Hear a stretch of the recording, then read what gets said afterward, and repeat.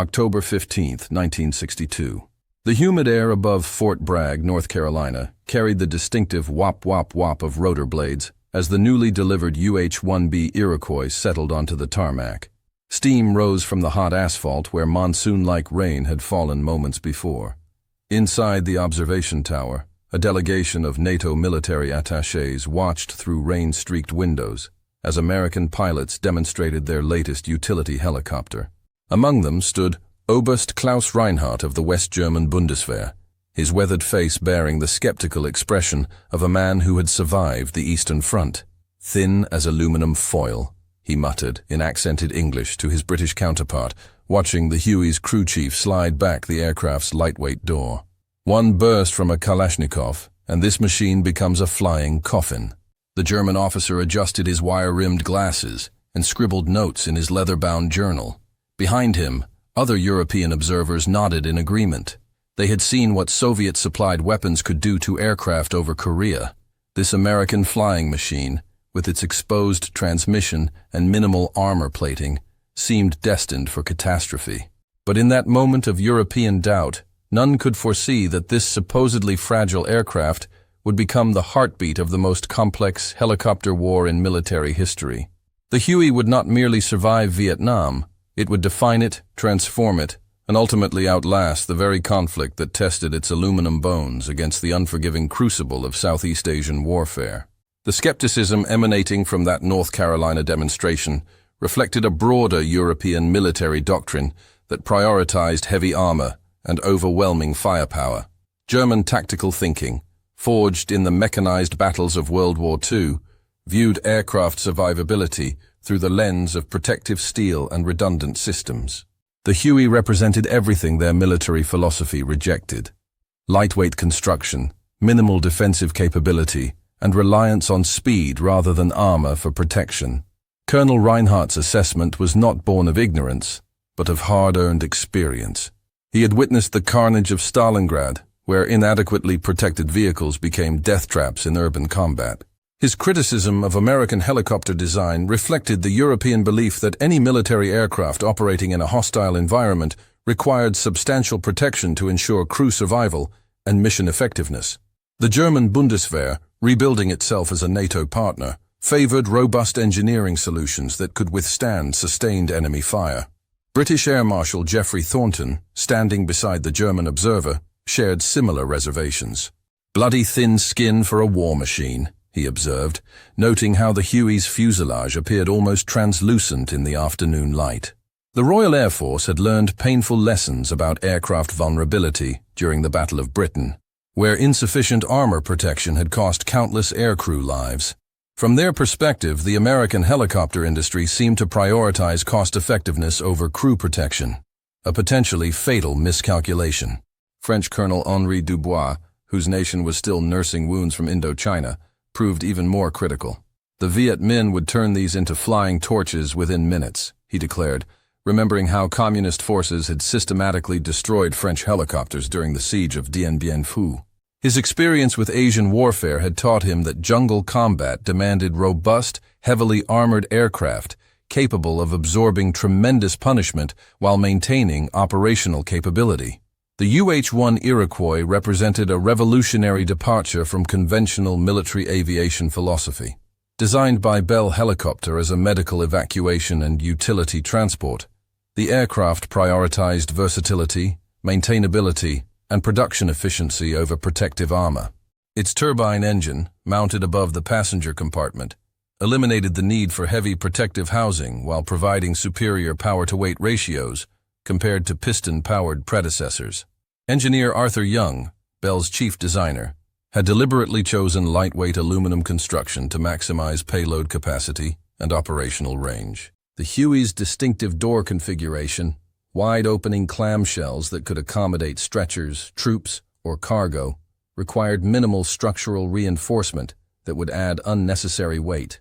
Every pound of armor meant reduced capacity for wounded soldiers, ammunition, or supplies. This philosophical trade-off between protection and utility would prove prophetic in the dense jungles and remote landing zones of Vietnam.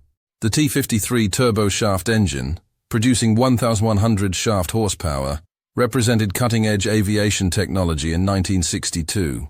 Unlike heavy piston engines requiring extensive cooling systems and protective housings, the turbine's compact design allowed for streamlined installation with minimal armored protection. The engine's high power-to-weight ratio enabled the Huey to maintain flight characteristics even with battle damage, compensating for protective armor through superior performance and maneuverability.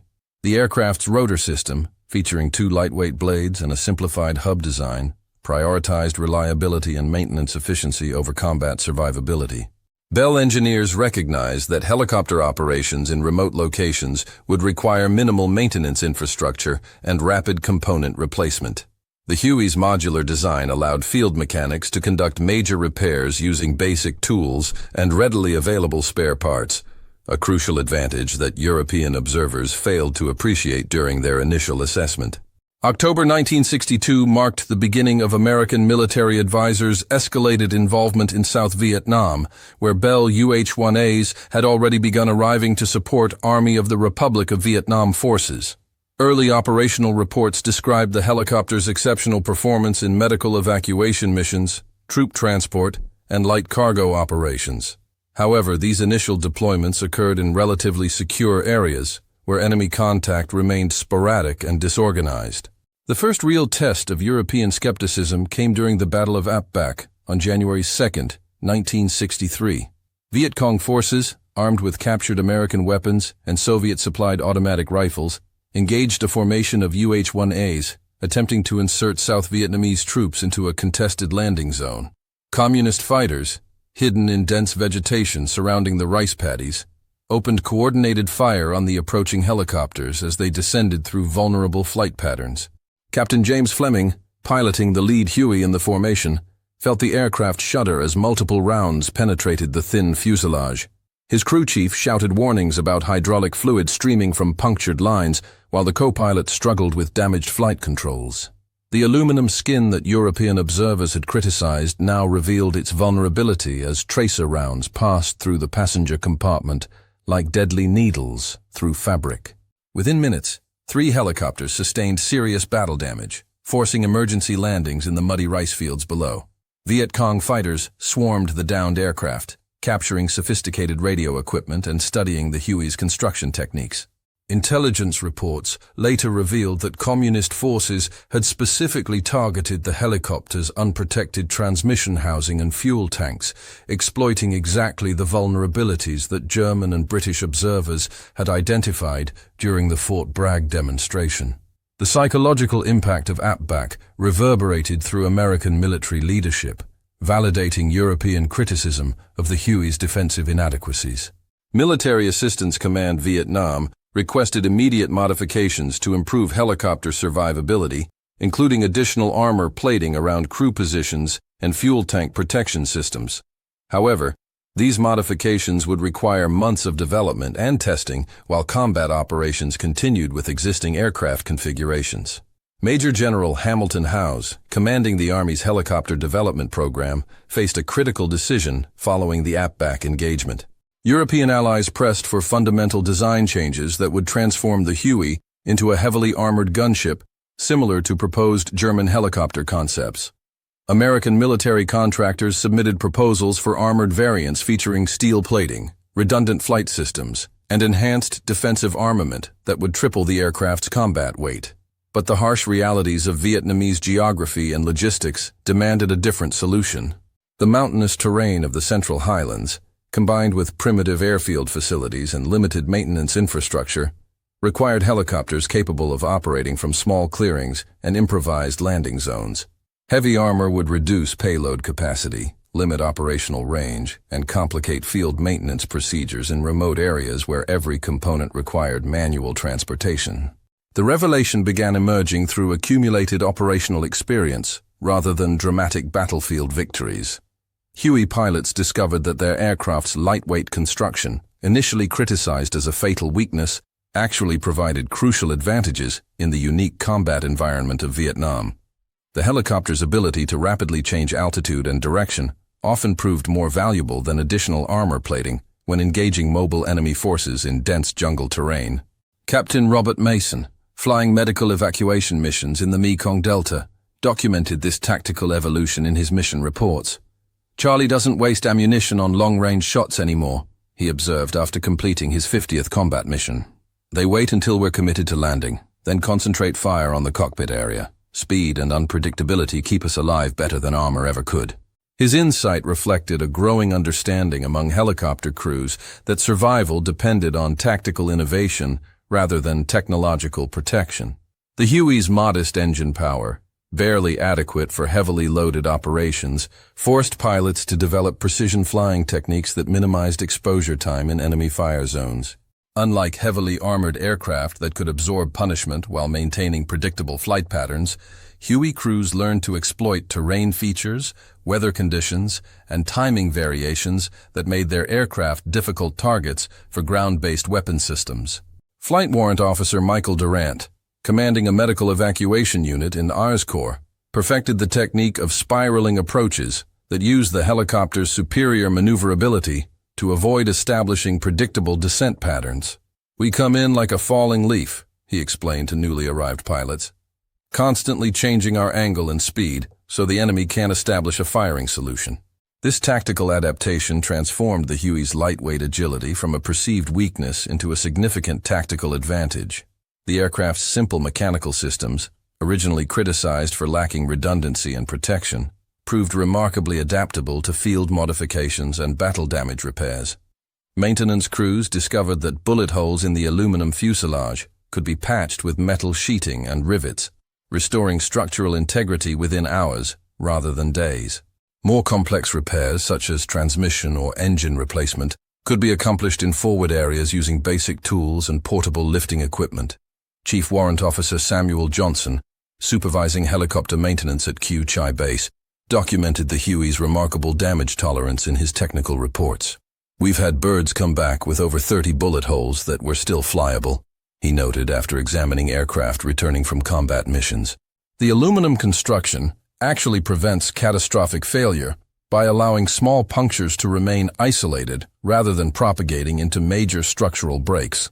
The modular design philosophy that Bell engineers had implemented for cost reduction proved invaluable in combat conditions, where replacement parts required rapid installation under primitive field conditions. Unlike complex armored systems requiring specialized tools and extensive technical expertise, Huey components could be swapped by mechanics with basic training using standard hardware available throughout the military supply system.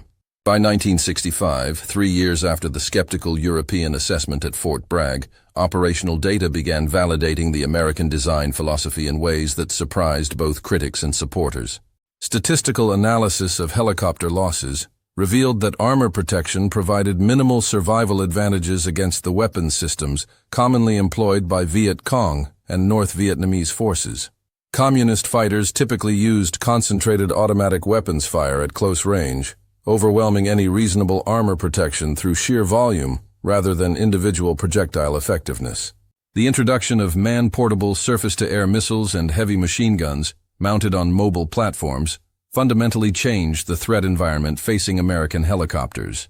Soviet-supplied 12.7 meters DSHK machine guns could penetrate substantial armor plating at combat ranges, while 14.5 mm KPV heavy machine guns rendered traditional protective measures virtually useless. Against such weapons, the Huey's speed and maneuverability offered better survival prospects than additional armor weight. Colonel William Carpenter, analyzing helicopter loss statistics for Military Assistance Command Vietnam, submitted a comprehensive report that challenged European assumptions about aircraft survivability. Armor protection becomes irrelevant when the enemy can concentrate 40 or 50 automatic weapons on a single helicopter during landing approaches, his analysis concluded. Our survival advantage comes from operational tempo and tactical unpredictability rather than passive defensive measures. The data revealed that most helicopter losses resulted from mechanical failures caused by battle damage rather than direct crew casualties from enemy fire. Huey aircraft could often continue flying with significant structural damage, allowing crews to reach friendly territory before attempting emergency landings. This survivability characteristic stemmed directly from the lightweight construction that distributed stress loads across the airframe, rather than concentrating them in heavily armored sections that could fail catastrophically when compromised. The evolution of American helicopter tactics during 1965 and 1966 demonstrated how operational innovation could overcome technological limitations through systematic adaptation and crew training. The development of air mobility doctrine transformed the Huey from a simple utility transport into the cornerstone of revolutionary military strategies that European observers had never envisioned during their initial skeptical assessment. The 1st Cavalry Division's deployment to Vietnam in September 1965 marked the beginning of large-scale airmobile operations that would validate American helicopter design philosophy through sustained combat operations. Unlike the limited medical evacuation and troop transport missions that had characterized earlier Huey deployments, the air cavalry concept required helicopters to function as integral components of combined arms formations operating in hostile territory for extended periods. Major General Harry Kinnard, commanding the 1st Cavalry Division, implemented tactical innovations that exploited the Huey's specific performance characteristics while minimizing exposure to enemy fire. The division's helicopter companies developed coordinated flight patterns that used multiple aircraft to saturate landing zones with rapid insertion and extraction operations, preventing enemy forces from concentrating defensive fire on individual targets.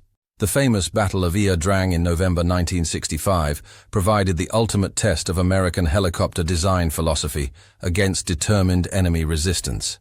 North Vietnamese forces, equipped with modern Soviet weapons and trained in anti-aircraft tactics, engaged American airmobile formations in sustained combat that lasted for 4 days. The battle would either validate or destroy European skepticism about the Huey's combat survivability under the most demanding operational conditions. Lieutenant Colonel Harold Moore, commanding the 1st Battalion, 7th Cavalry, led the initial helicopter assault into Landing Zone X-Ray on November 14, 1965. His formation of 16 UH-1D helicopters approached the contested landing zone through coordinated flight patterns designed to minimize individual aircraft exposure while maximizing the speed of troop deployment. The tactical success of this operation would depend entirely on the Huey's ability to survive concentrated enemy fire while maintaining operational effectiveness. The North Vietnamese 66th Regiment, concealed in positions surrounding the landing zone, waited until the helicopters committed to their landing approaches before opening fire with coordinated volleys from automatic weapons, recoilless rifles, and heavy machine guns. The volume of enemy fire exceeded anything that American forces had previously encountered in Vietnam, creating a deadly crossfire that tested every aspect of helicopter design and crew training. Warrant Officer Ed Freeman, piloting a medical evacuation Huey during the battle, encountered the exact scenario that European critics had predicted would destroy American helicopters. His aircraft absorbed multiple hits from AK-47 rifles and heavy machine guns while attempting to evacuate wounded soldiers from the contested landing zone. The aluminum fuselage, punctured in dozens of locations, continued to maintain structural integrity as Freeman maneuvered through the enemy fire zone. The bird was shot to pieces, but she kept flying, Freeman later reported in his after-action statement. We had holes you could put your fist through, hydraulic fluid streaming everywhere, and the engine was making sounds I'd never heard before. But we got those wounded out. His experience demonstrated that the Huey's lightweight construction, rather than creating fatal vulnerability, actually enhanced survival by allowing continued operation, despite extensive battle damage.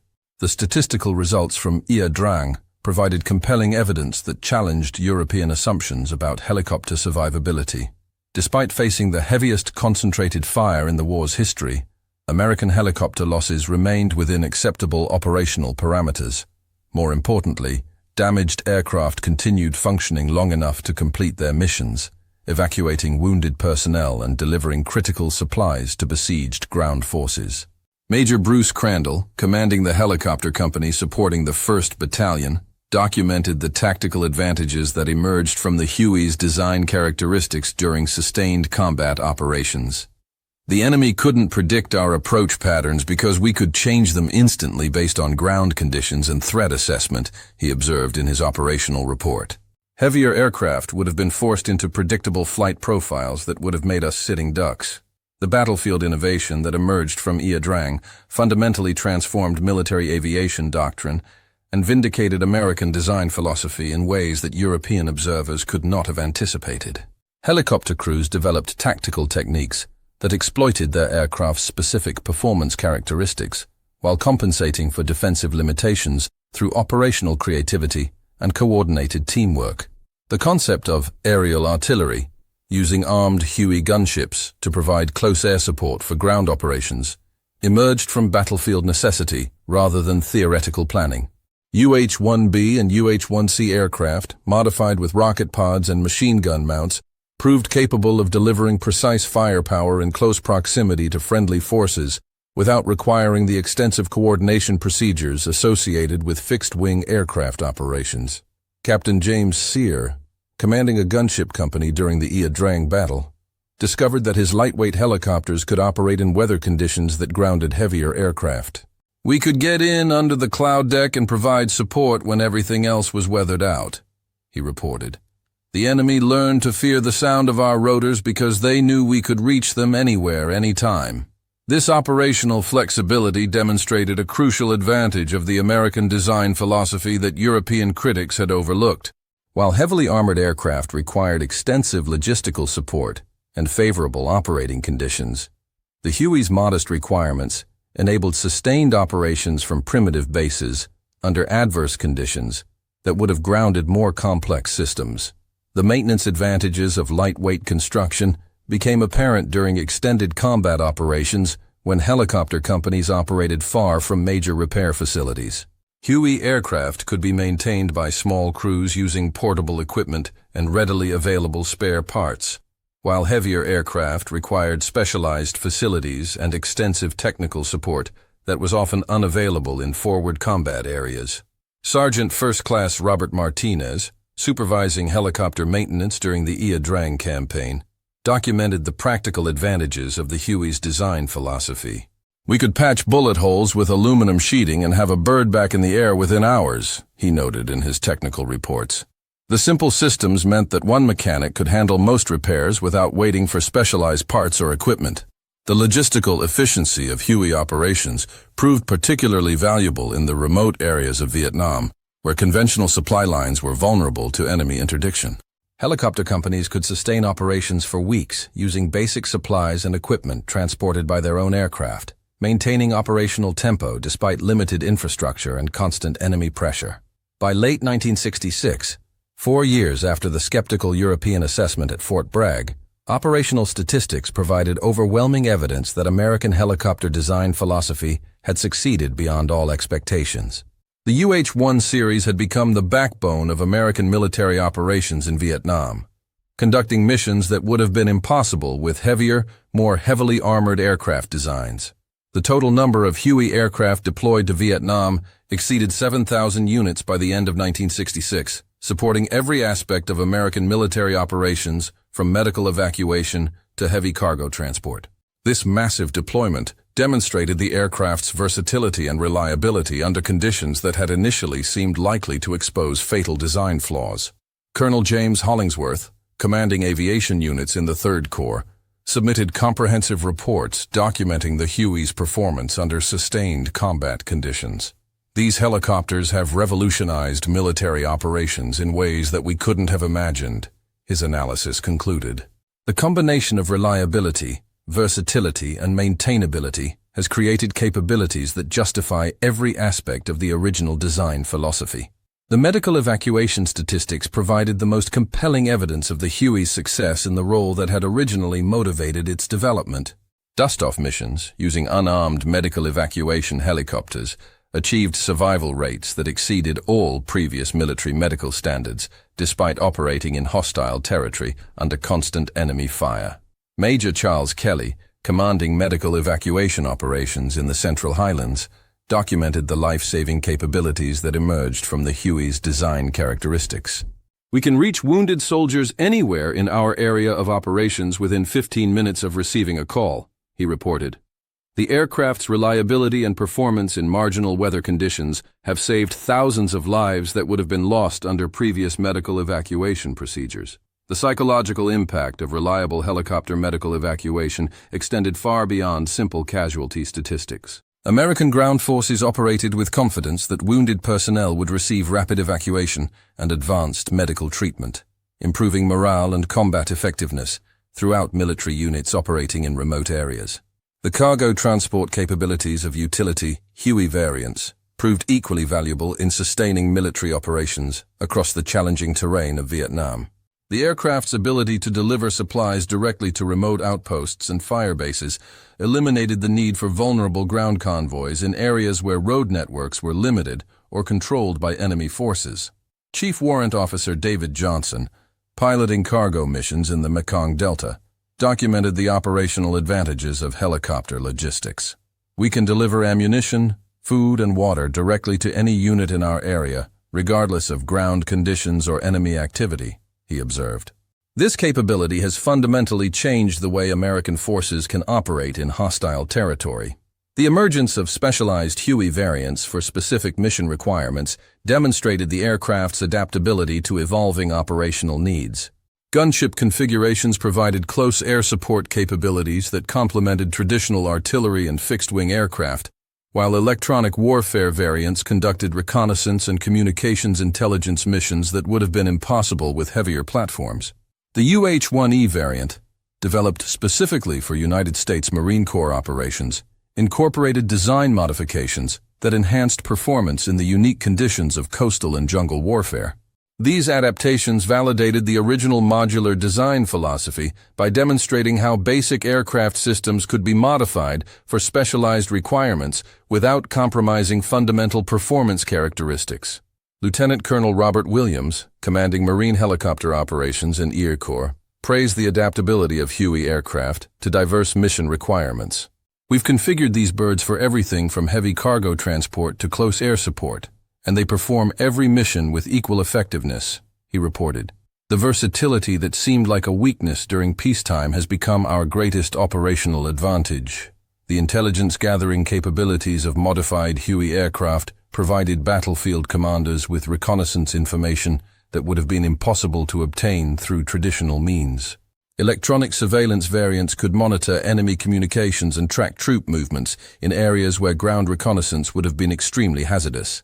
The command and control variants, equipped with advanced communication systems and battlefield management equipment, enabled helicopter mobile command posts that could position themselves optimally for changing tactical situations. This capability represented a revolutionary advancement in military command and control that had been made possible by the Huey's combination of reliability, performance, and adaptability. As 1967 dawned, the transformation was complete. The helicopter that European military observers had dismissed as fatally flawed had become the symbol and substance of American military power in Vietnam. The distinctive sound of Huey rotor blades had become synonymous with American presence throughout Southeast Asia, representing both the promise of assistance and the threat of retaliation to friends and enemies alike. The production statistics reflected this complete vindication of American design philosophy. Bell Helicopter delivered over 16,000 UH-1 aircraft during the Vietnam War era, making it the most successful military helicopter program in aviation history. This massive production run demonstrated not only the aircraft's effectiveness, but also the efficiency of its manufacturing processes and the wisdom of its original design principles. Major General George Seneff, commanding 1st Aviation Brigade, submitted the definitive assessment of Huey performance after 5 years of sustained combat operations. "This aircraft has exceeded every performance parameter that we established during its development," his report concluded. The combination of reliability, maintainability, and operational flexibility has created military capabilities that have fundamentally changed the nature of modern warfare. The international recognition of American helicopter superiority began emerging as Allied nations requested training and equipment transfers to modernize their own military aviation capabilities. Countries that had initially criticized American helicopter design philosophy now sought to purchase or license produce UH-1 variants for their own armed forces. The West German Bundeswehr, whose representatives had been among the most skeptical observers at the 1962 Fort Bragg demonstration, submitted requests for UH-1D helicopters to equip their own air-mobile units. This complete reversal of opinion provided perhaps the most satisfying vindication of American engineering principles and tactical innovation. Colonel Klaus Reinhardt, the same German officer who had criticized the Hueys' thin armor 5 years earlier, led a delegation to Vietnam in 1967 to observe American helicopter operations firsthand. His subsequent report to the German Defense Ministry acknowledged the fundamental error in European assessment of American helicopter design philosophy. "We failed to understand that survivability in modern warfare depends more on operational capability than passive protection," Reinhardt admitted in his official report. The American helicopter program has demonstrated that tactical innovation can overcome technological limitations through systematic adaptation and superior crew training. The French military, scarred by their helicopter losses during the Indochina War, proved equally eager to adopt American helicopter technology and tactics. Colonel Henri Dubois, who had predicted that Viet Cong forces would easily destroy American helicopters, submitted requests for extensive training programs to modernize French helicopter operations based on American methods. The British Royal Air Force conducted comprehensive evaluations of American helicopter operations and recommended adoption of UH-1 aircraft for their own utility and medical evacuation requirements. Air Marshal Geoffrey Thornton, who had criticized the Hueys' defensive inadequacies in 1962, now praised American innovation in creating the most effective military helicopter in aviation history. This international recognition extended beyond military circles, as civilian aviation experts acknowledged the technological and operational achievements of the UH-1 program. The helicopter's success in Vietnam had demonstrated principles of aircraft design and operational employment that would influence aviation development for decades to come. The medical evacuation achievements alone would have justified the entire UH-1 program, but the aircraft's success extended into every aspect of military operations. The concept of air mobility, enabled by reliable and versatile helicopters, had created tactical capabilities that were reshaping military doctrine throughout the world. The psychological warfare aspects of helicopter operations provided additional vindication of American design philosophy. The distinctive sound of approaching Huey aircraft had powerful morale effects on both friendly and enemy forces, representing the omnipresence of American military power and the promise of support for isolated ground units. Captain Michael O'Brien, commanding psychological operations in Tube Corps, documented the broader impact of helicopter presence on battlefield dynamics. "The enemy knows that our helicopters can reach them anywhere, anytime," he observed. This knowledge affects their tactical decisions and limits their freedom of movement in ways that extend far beyond the immediate threat of attack. The cultural impact of the Huey extended beyond military effectiveness as the aircraft became a symbol of American technological capability and military commitment. The helicopter appeared in countless news reports, documentary films, and popular media representations that shaped public perception of the Vietnam conflict. The sound of Huey rotor blades became permanently associated with the Vietnam experience in American popular culture, representing both the technological sophistication of American military forces and the human cost of sustained combat operations. This cultural significance validated the aircraft's historical importance beyond simple measures of military effectiveness. As 1968 arrived, marking 6 years since the skeptical European assessment at Fort Bragg, the vindication of American helicopter design philosophy was complete and undeniable. The UH-1 Huey had not merely survived the crucible of Vietnam, it had thrived, adapted, and revolutionized military operations in ways that its critics could never have imagined. The statistical evidence was overwhelming. Huey aircraft had conducted over 3 million flight hours in combat conditions, transported more than 900,000 patients to medical facilities, and delivered countless tons of supplies to ground forces operating in remote areas. These achievements represented the most successful military aviation program in modern history. The technological innovations that emerged from Huey operations in Vietnam influenced helicopter development worldwide. The lessons learned from sustained combat operations provided the foundation for advanced helicopter designs that incorporated improved materials, enhanced performance capabilities, and sophisticated electronic systems while maintaining the fundamental principles of versatility and maintainability. The tactical doctrines developed around Huey operations became standard military practice throughout NATO forces and influenced military thinking in countries around the world. The concept of air mobility proven effective by American helicopter operations in Vietnam, reshaped military planning and force structure considerations for modern armed forces. The human dimension of Huey operations provided perhaps the most meaningful vindication of American design philosophy.